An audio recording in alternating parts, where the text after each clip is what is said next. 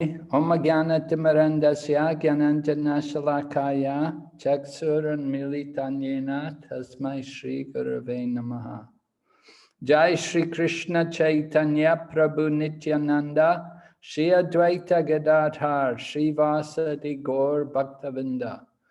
Hare Krishna, Krishna Krishna, Hare Hare, Hare Rama, Rama Rama, Hare Hare. I don't, maybe Ramya is not very familiar who is Lord Nityananda. And maybe Simon also doesn't know who is Lord Nityananda. Yes, Does he know?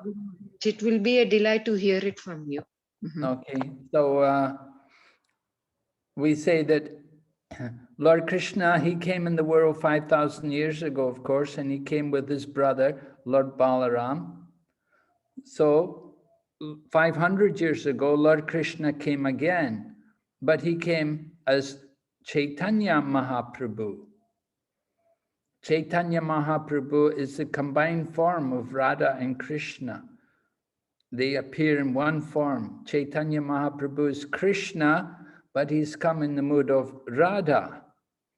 And Balarama, who was Krishna's older brother, he comes as Nityananda.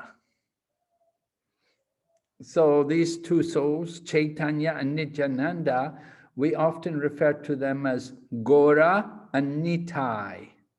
Nitai for Nityananda and Gora for short form of Gauranga. Gauranga is the name of Chaitanya Mahaprabhu because Chaitanya Mahaprabhu has a golden form. So he's often called Gora, Gora, Gora, right? And we call him as Lord Gauranga. So Lord Krishna comes as Lord Gauranga or Chaitanya Mahaprabhu, and Balaram comes as Nityananda. So Nityananda, he appeared, he didn't appear in exactly the same family as Lord Chaitanya Mahaprabhu. He appeared in another family, in a village, in a place called Ekachakra. Ekachakra is just a small village. It's about 5 hours in the car from Mayapur. It's in an area which is called Radha Desh.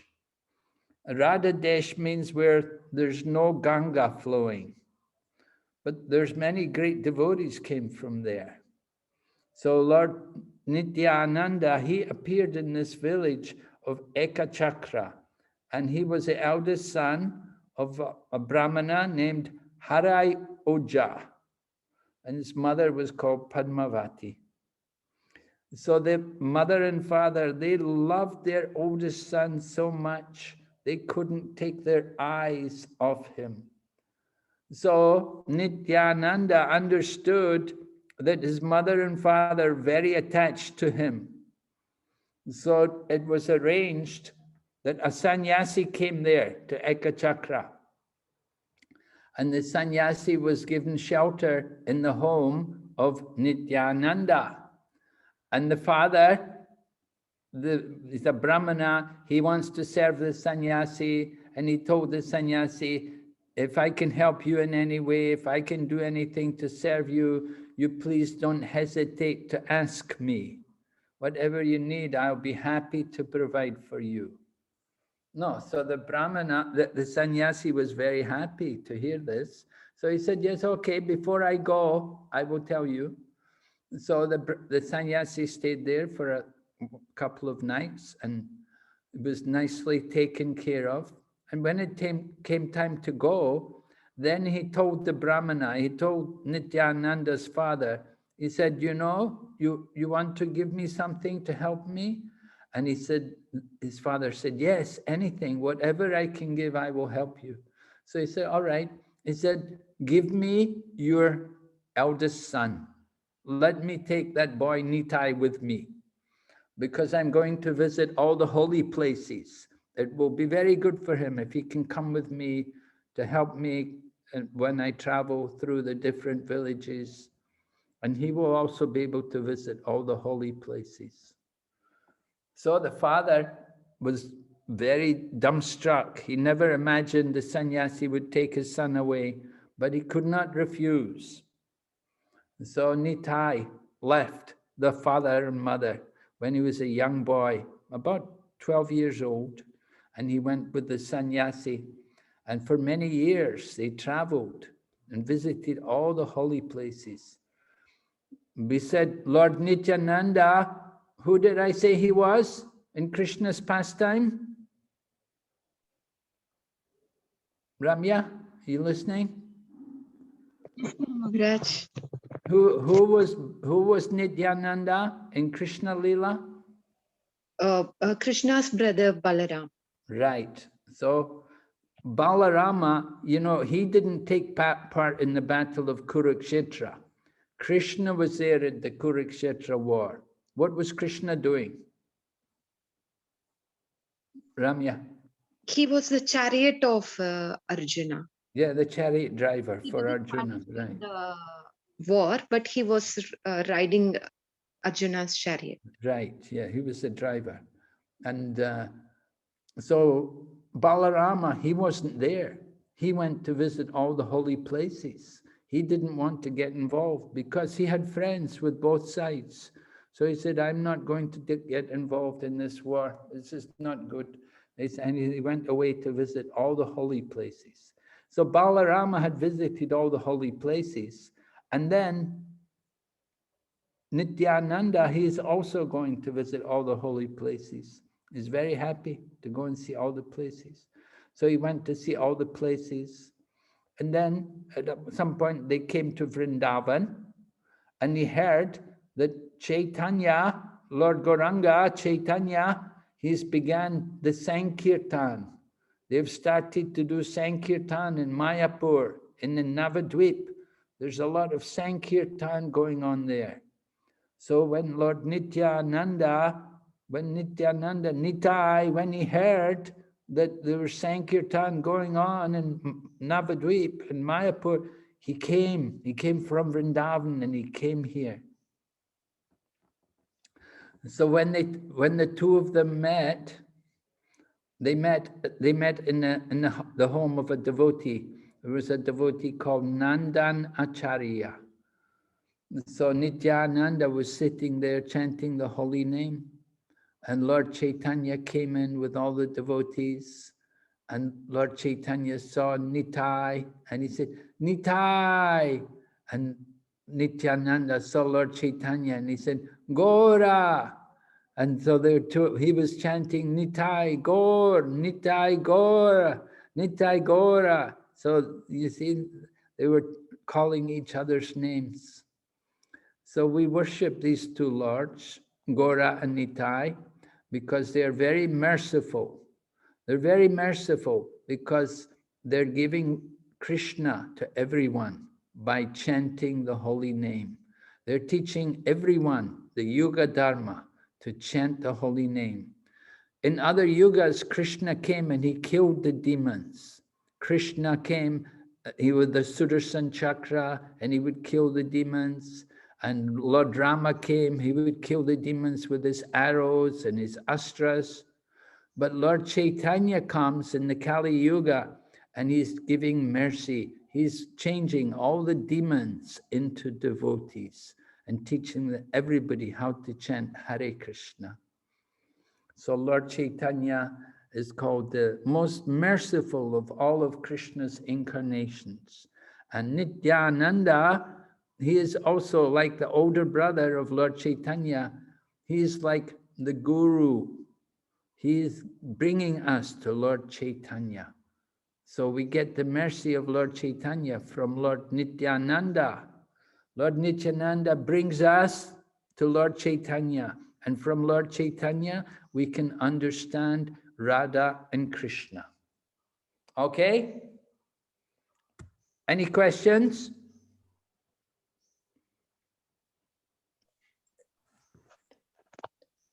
Guru Maharaj, did Lord Nityananda predict about the wonderful temple that is coming up in Mayapur now?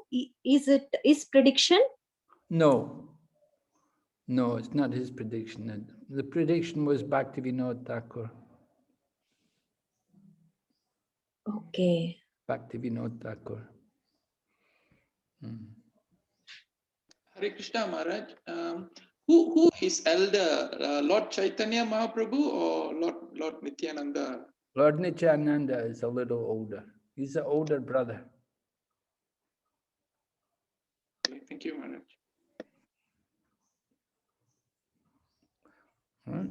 Balaram is older. But Maharaj, Hare Krishna Maharaj, but in the incarnation of Lord Nityananda and Chaitanya, they have different parents. Still they are brothers? Yes, spiritually they're brothers. Okay. Okay. Materially, the body is different, but the spirit, in spiritual sense, they're brothers. Okay, Maharaj.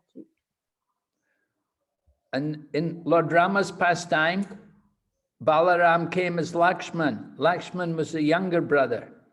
But when he was the younger brother, he had so many problems because Lord Rama wouldn't let him take care of him. Lord Rama was very strict. He wouldn't accept many things. And Lord Rama would sleep on the ground and he just lay on the bed of leaves and he would just eat very simple. So Lakshman was very pained to see his brother do all the austerity. So, and Lord Rama was strict. He wouldn't accept anything which Lakshman would offer. So Lakshman said, next incarnation, I'm not coming as the younger brother. I will come as the older brother. So he came as Balaram. So Lord Balaram, he comes, he makes all the arrangements for Lord Krishna. Before Krishna comes in the womb, first Lord Balaram comes. And Lord Balaram makes all the arrangements for Lord Krishna to come. So similarly, Lord Nityananda, he made all the arrangements for Lord Chaitanya. He would go and convert people to Krishna consciousness and bring them to Lord Chaitanya to surrender. Right? Any other question? There are many pastimes. We could speak a long time about Lord Nityananda. He was very famous because he went to the most fallen people. There were two brahmanas who were drunkards, who were very fallen. They were called Jagai and Madhai. So Lord Nityananda went to them and he told them to chant Hare Krishna. And one of them took his pot of wine and he hit Lord Nityananda on the head. And blood came out from his forehead after being struck with the pot of wine. So Lord Chaitanya was very angry when he saw that this demon had hit Lord Nityananda on the head. Lord Chaitanya came and he was going to kill them. He was calling for his Sudarshan chakra and he was going to kill Jagai and Madhai. But Jagai and Madhai surrendered to Lord Chaitanya. And Lord Nityananda, he told Lord Chaitanya, he said, no, you cannot kill them in this age because this is Kali Yuga and many demons are there. You cannot kill all the demons. We have to make them into devotees. So these two drunkards, they became devotees. They totally changed. They stopped drinking. They stopped all their sinful activities and they became good devotees by the mercy of Lord Nityananda. All right.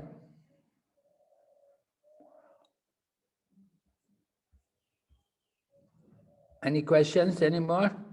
Yes, Guru Maharaj, I have one question. I don't know, maybe you have already said it, but I joined a little late. So how did Lord Nityananda ended the pastimes in this Leela?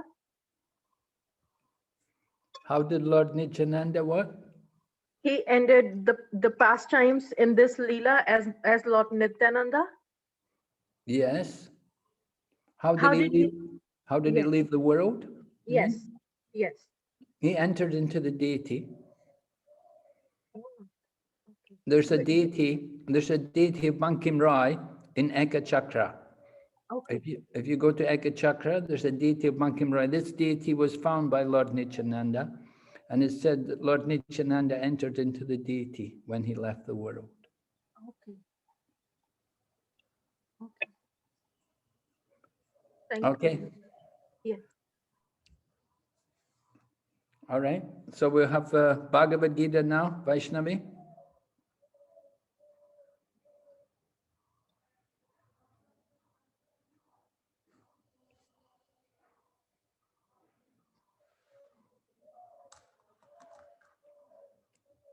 Oh, sorry, I was in mute. So today we are in Bhagavad Gita, 3rd chapter, 27th verse. Fernando Prabhu, do you want to start reading this? Yeah, sure, Mataji. Sure. Praktete kriyamanani gunahi karmani sarvashaha ahankara vimudatma kartaham iti manyate. Translation. The spirit so bewired by the influence of a false ego thinks himself the doer of activities that are actually carried out by the three modes of material nature. Purport. Two persons, one in Krishna consciousness and the other in material consciousness, working on the same level, may appear to be working on the same platform, but there is a wide gulf of difference in their respective positions. The person in material consciousness is convinced by false ego that he is the doer of everything. He does not know that the mechanism of the body is produced by material nature, which works under the supervision of the Supreme Lord. The materialist person has no knowledge that ultimately he is under the control of Krishna. The person in false ego takes all credit for doing everything independently, and that is the symptom of his nescience. He does not know that this gross and subtle body is the creation of material nature, under the order of the Supreme Personality of Godhead. And as such, his bodily and mental activities should be engaged in the service of Krishna, in Krishna consciousness. The ignorant man forgets that the Supreme Personality of Godhead is known as Rishikesha, or the master of the sense of the material body.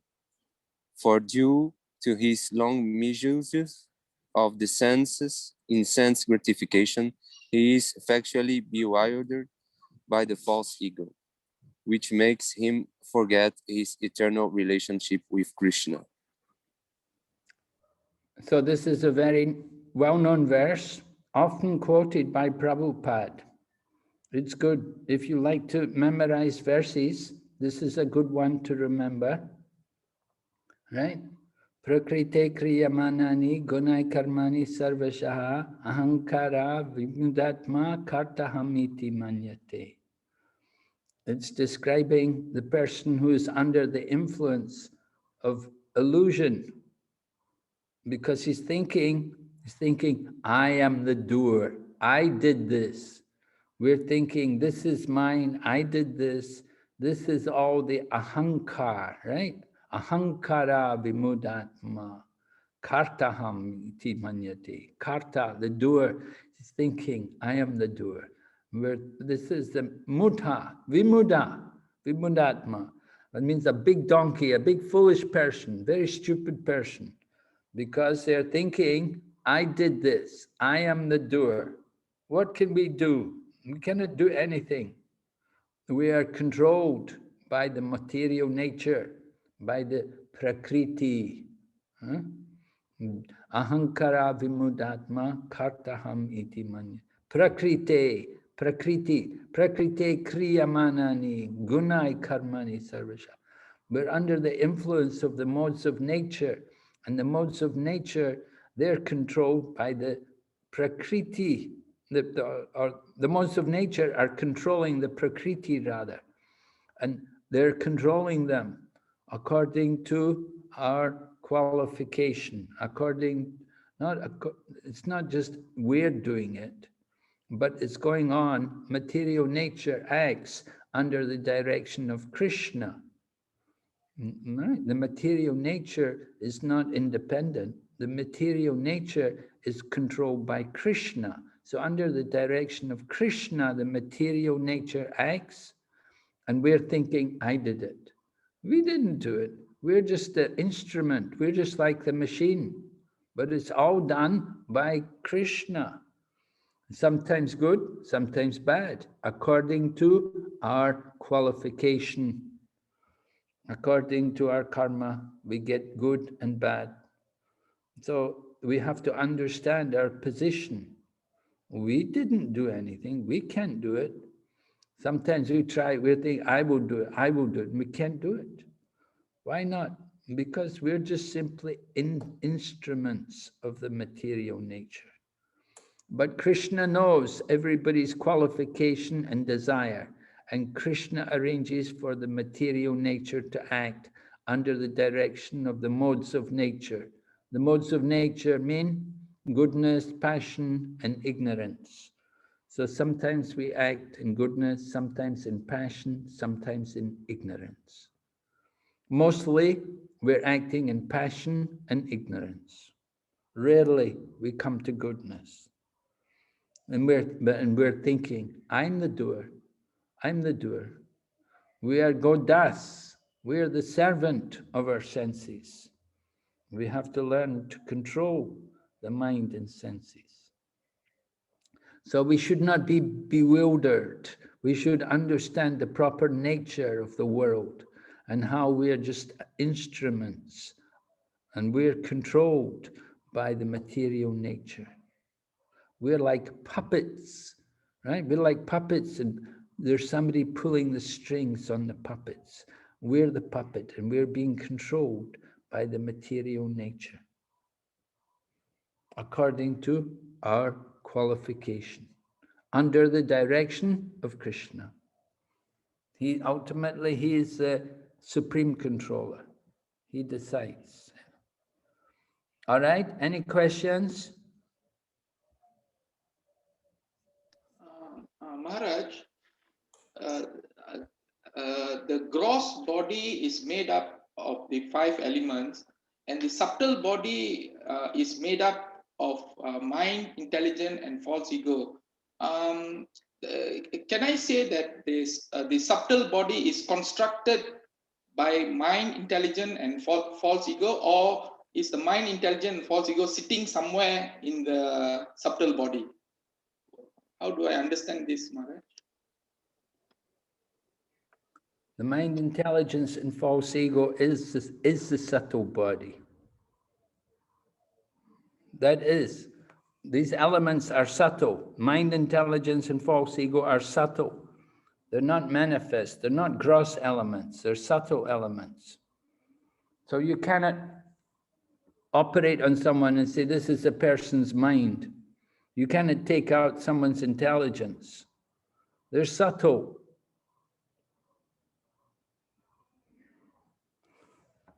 So how can you, I don't know, if you can't understand this, I don't know how to help you. And just, it's so clear. The mind, intelligence, and false ego are subtle. You cannot see them, but they're there in the body. Where is the mind? It's in the heart. But you can't see it. You never find it.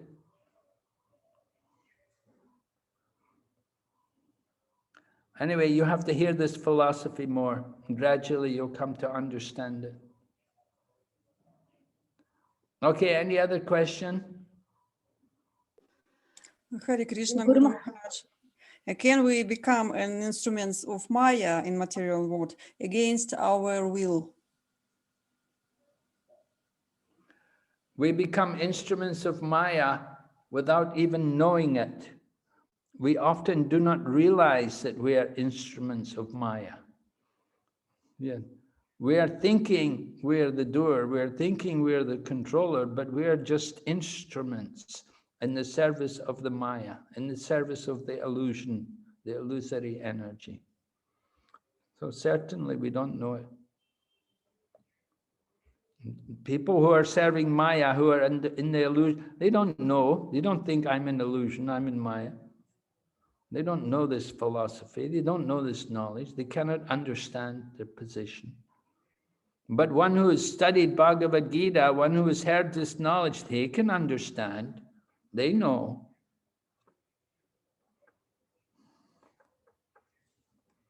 Other people, ordinary people, non-devotees, they cannot understand. So they don't realize they're servants of Maya. But we are. Yes? Any other question? Guru Maharaj, you said like depending on the qualifications and desires, we will be put into some material mode of nature. Is it like that? So Yes. we have to what?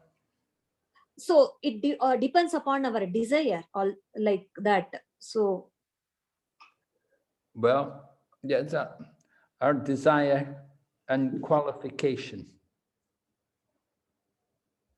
Qualification means our karma. What have we done in the past? You know, we may desire to be the king. To be the king, we want to be a king. Or a queen, we may want to be a queen.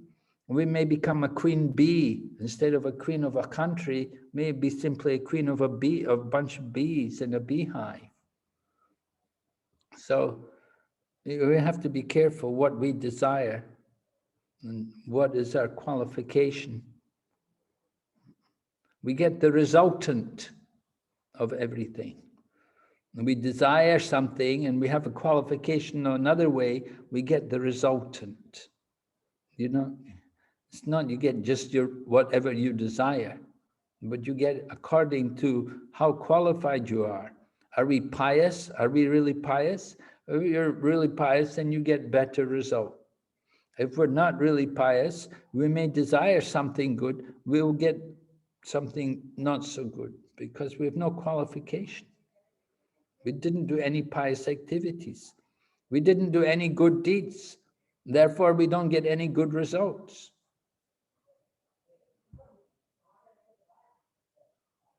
Right? We get the results of our work. You do good, you get good. You do bad, you get bad. As you sow, so shall you reap. You get the results of your activities.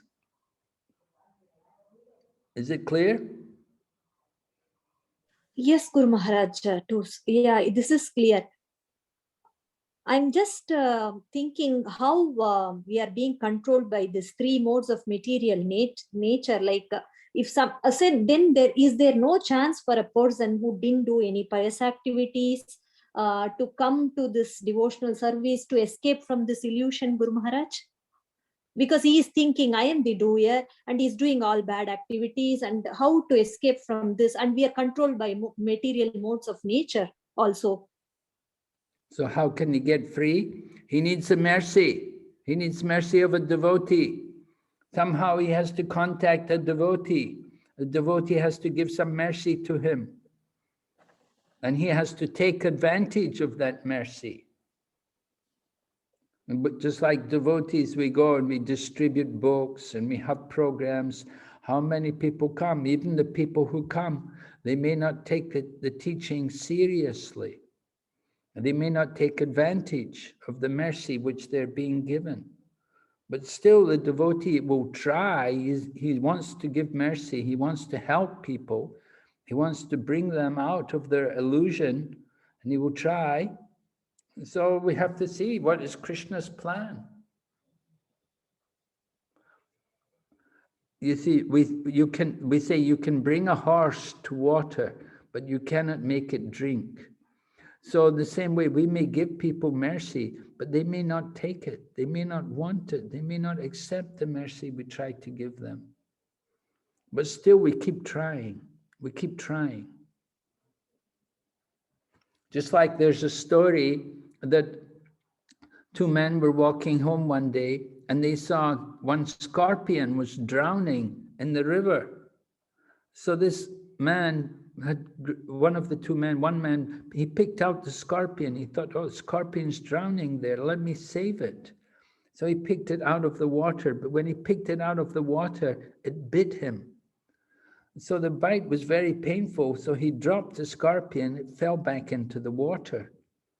So he picked it out again, and again the scorpion bit him, and again it fell back into the water. So his friend said, why do you keep trying to save it? It keeps biting you. So the man said, well, he does not give up trying to bite me. Why should I give up trying to save him? He said, he does not give up his nature. Why should I give up my nature? My nature is to try to be compassionate and to save him. His nature is to bite.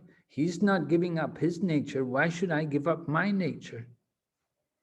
So devotees like that. Devotees are very tolerant. They'll keep trying to deliver Krishna consciousness everywhere, even though people may not appreciate. You understand? Yes, Guru Maharaj. Yeah, it's the mercy of the devotees that we are able to take up Krishna consciousness. Yes, we need mercy. There has to be somebody to give the mercy. Is it also because the devotee thinks that, oh, this person is coming regularly, because of his thought, then Krishna agrees to give the mercy? Is it like that, Guru Maharaj? Because of the desire of the devotees, or like that?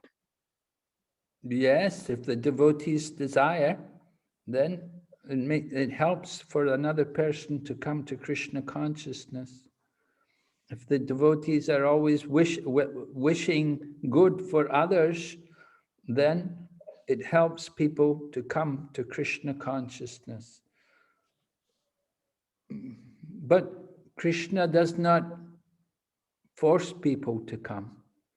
They have to come on their own. They have to want to come. Then they come. No, Krishna doesn't force them to come. But if he sees they have a little interest, then Krishna can help them, can make arrangements to make it easier for them. But there has to be some interest and some reciprocation from them, that they really want to become Krishna conscious. Then Krishna helps to make it easier for them. Yeah, as we approach Krishna a little bit, Krishna will take many more steps to help us. He'll come nearer to us. So Krishna wants to see that we're interested. He's not going to force us. He's not going to force us to be devotee. He gives everyone free will. Right? The man may say to the woman, you have to love me. But the woman knows, I don't love you. I'm not going to love you. Love cannot be forced.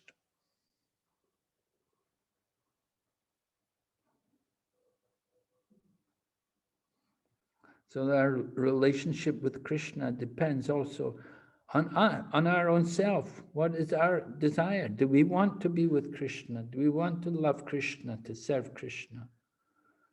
In the beginning, we may not, but we can develop that interest by hearing about Krishna, by hearing and by chanting, by taking the foodstuff offered to Krishna. Then they all help. It all purifies us and qualifies us to come closer to Krishna. Right? Yes, Guru Maharaj. Any other questions? Okay, go ahead. Guru Maharaj, sorry, just one more doubt I have. If a person says that he's doing some bad activities, and he says, I'm controlled by the mode of ignorance, so I can do this much only, I cannot go to the mode of goodness. Can they say, because they say that here they are saying they are controlled by the three modes of the material nature. How can we understand this, Guru Maharaj? If a person in the mode of ignorance, he can do only some ignorant activities. Well, the nature of the modes of nature is there's always a competition going on for the supremacy. So somebody may be in the mode of ignorance, but sometimes they will also show the mode of passion. Sometimes they will also show the mode of goodness. They're not going to be only the mode of ignorance. So be a mixture. You know, sometimes you see the people who are really in the mode of ignorance, sometimes they show also a little goodness. Sometimes, you know, when we would go to distribute books, sometimes these people who are drinking beer, they will buy a book, they'll give a donation. And they're in the mode of ignorance, drinking alcohol, but they want to give a donation. So a little bit of goodness comes out from them. So material nature is like that. It's a mixture. There's some goodness, some passion. Mostly it's passion and ignorance. So a little bit of goodness. Tiny fractions of goodness. People need to learn. They need to be taught spiritual knowledge. They have to understand what is the proper behavior. They don't realize that they're controlled by the mode of ignorance. Nobody's thinking I'm in the mode of ignorance. They're thinking I'm a good man, I'm having a nice time, and they're in the mode of ignorance.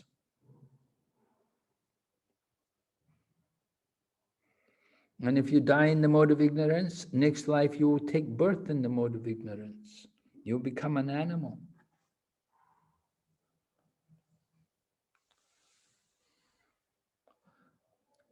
Is it all right? Yes, Guru Maharaj, it's much clearer. This verse always, it was confusing for me. Thank you, Guru Maharaj. 3.28, Tanmay Prabhu, do you want to read this? Sure, Mataji. Thank you, Prabhu.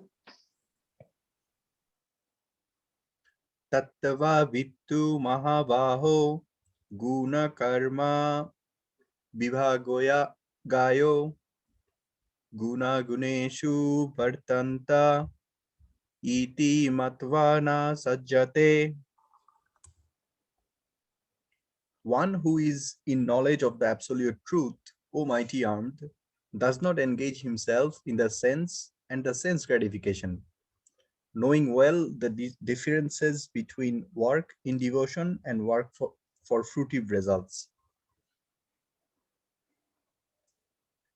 The knower of the absolute truth is convinced of his awkward position in material association.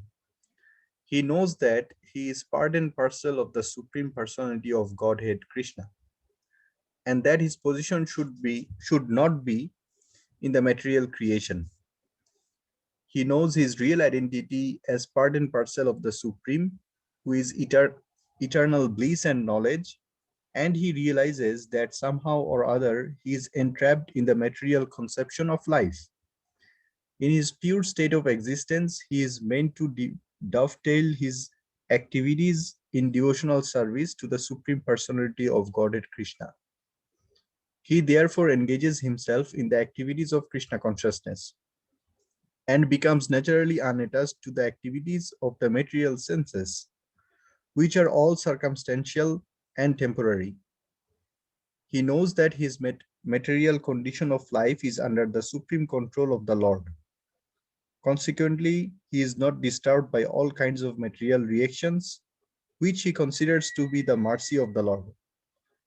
According to Srimad Bhagavatam, one who knows the absolute truth in three different features, namely Brahman, Paramatma, and Supreme Personality of Godhead, is called Tattvavit.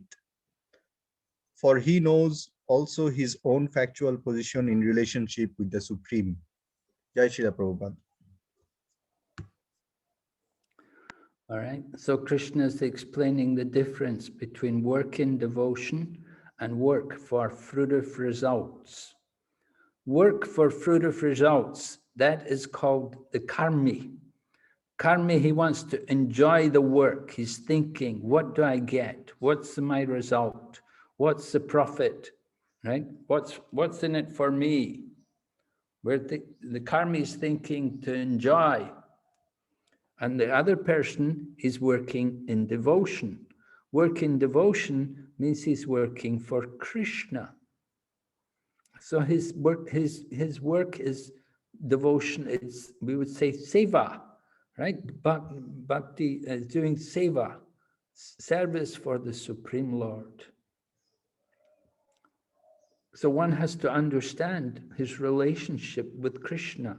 Krishna is the absolute truth. He's the supreme, and we're his servant. So we are part of Krishna, and tiny parts, and we have a duty to give service to the Supreme Lord. But we're in the material creation, in this material world. We've forgotten our identity. And we're thinking we're the material body. We've forgotten that we're a spirit soul, and the soul's nature is full of bliss and knowledge, but instead we're thinking we're a material body. And we're thinking, because we have a material body, we have senses, I have to enjoy my senses. And the senses enjoy by the sense objects, right? 5 senses, the tongue, the eyes, the hand, the nose, the skin. And the 5 sense objects means the sense of seeing, the sense of smelling, the sense of tasting, the sense of touching, and the sense of hearing. Those are the sense objects. So we enjoy the different senses, enjoy these different things. So we're meant to connect our activities in service to Krishna. And we do that by devotional service or seva. So Krishna consciousness is all about doing service for Krishna. And we begin doing devotional service by hearing. First comes hearing, and then comes chanting. So hearing is very, very important. We have to hear regularly, more, and for a long time. And we have to understand what we're hearing. We have to hear, and then we repeat what we've heard. We repeat what we've heard. And this way, then we can start to remember Krishna. So in material life, we have to understand material life is under the control of Krishna. And this, we should become detached. We shouldn't be attached. We should understand everything is the arrangement of Krishna. It's the mercy of Krishna.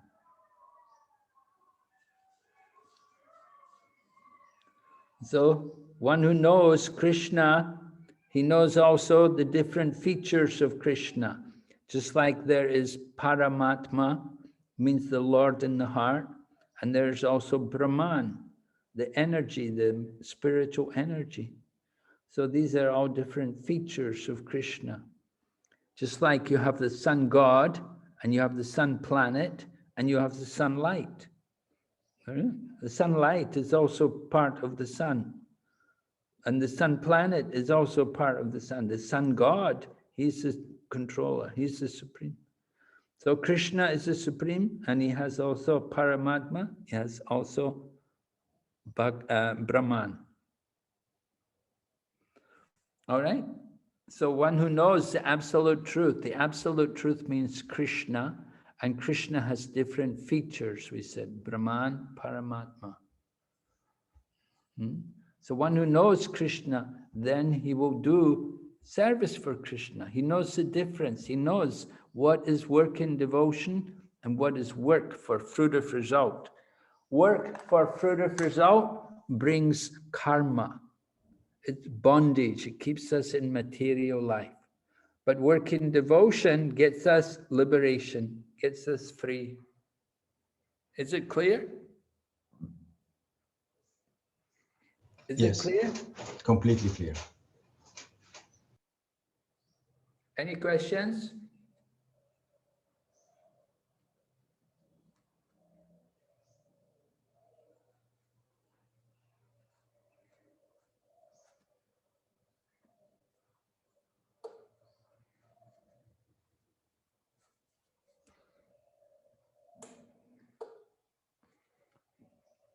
No questions? So will we chant Hare Krishna now? Yes, Guru Maharaj.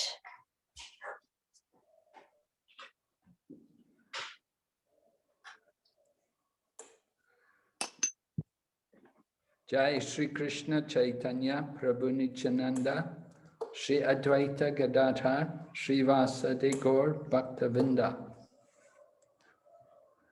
Hare Krishna, Krishna Krishna, Hare Hare, Hare Rama, Rama Rama, Hare Hare, Hare Krishna,